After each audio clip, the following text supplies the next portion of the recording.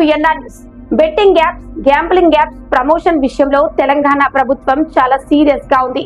ప్రభుత్వం నిషేధించిన betting apps promotion చేసిన, ప్రచారం చేసిన సెలబ్రిటీలపై వరుస పెట్టి కేసులు నమోదు చేస్తోంది ప్రభుత్వం.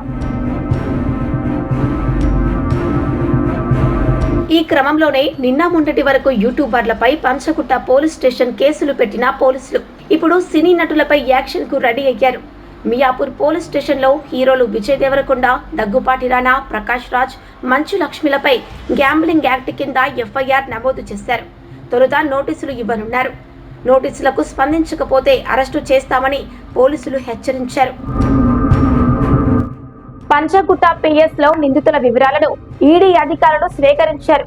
యూట్యూబర్లు యాంకర్ శ్యామల, విష్ణుప్రియలతో సహా కేసులో మొత్తం 11 మంది వివరాలతో పాటు వారు ప్రమోట్ చేసిన సోషల్ మీడియా లింకులు తీసుకున్నారు.